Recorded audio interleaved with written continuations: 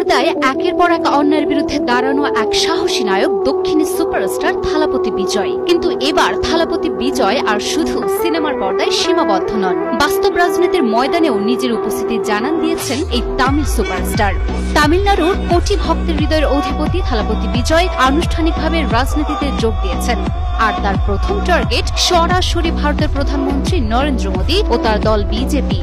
কোন সিনেমা বা কোন সিরিজে না, বরং বাস্তবেই এবার মোদীর বিরুদ্ধে যুদ্ধ ঘোষণা করলেন তামিলনাড়ুর জনপ্রিয় নায়ক থালাপতি বিজয়। ফিল্মের রঙিন পর্দা ছেড়ে এবার রাজনীতির ময়দানে একেবারেই ম্যাস এন্ট্রি নিলেন সুপারস্টার থালাপতি বিজয়। মাদুরাইয়ের মাটিতে বিশাল জনসমাবেশে চমকে দিলেন জনপ্রিয় অভিনেতা ও এখনকার রাজনীতিক তামিলাকা ভেট্রি কাজগাম দলের প্রধান থালাপতি বিজয়। নিজের রাজনৈতিক শক্তি প্রদর্শনের পাশাপাশি তিনি ঘোষণা দিলেন 2026 সালের বিধানসভা নির্বাচনে তার দলের একমাত্র আদর্শগত শত্রু বিজেপি। আর এই ঘোষণার সঙ্গে সঙ্গেই যেন পাল্টে গেল রাজ্যের রাজনৈতিক সমীকরণ। একই সঙ্গে ক্ষমতাসীন দল ডিএমকে ও বিজেপির বিরুদ্ধে যুদ্ধ ঘোষণা করেছেন তিনি।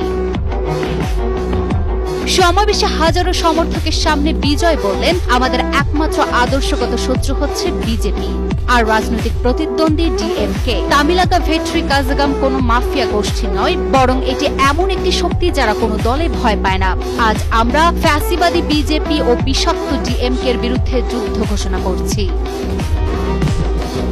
অভিনেতা আরো বলেন, সিংহ জানে কিভাবে ভিড়ের মধ্যে আবার কিভাবে একা থাকতে হয়। সে কখনো ভয় পায় না। সিংহ কেবল শিকারের জন্যই বেরোয়, বিনোদনের জন্য নয়।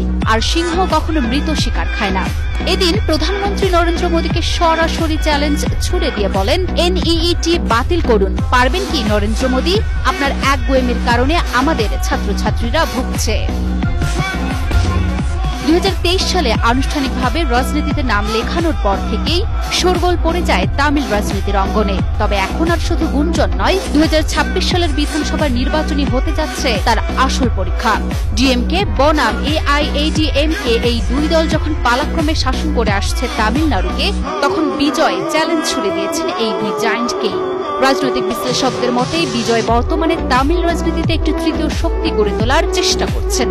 ক্ষমতাসীন ডিএমকে ও বিরোধী এআইএডিএমকে এর বাইরে নতুন রাজনৈতিক বিকল্প হিসেবে নিজেকে এবং তার দলকে তুলে ধরতে চাইছেন তিনি।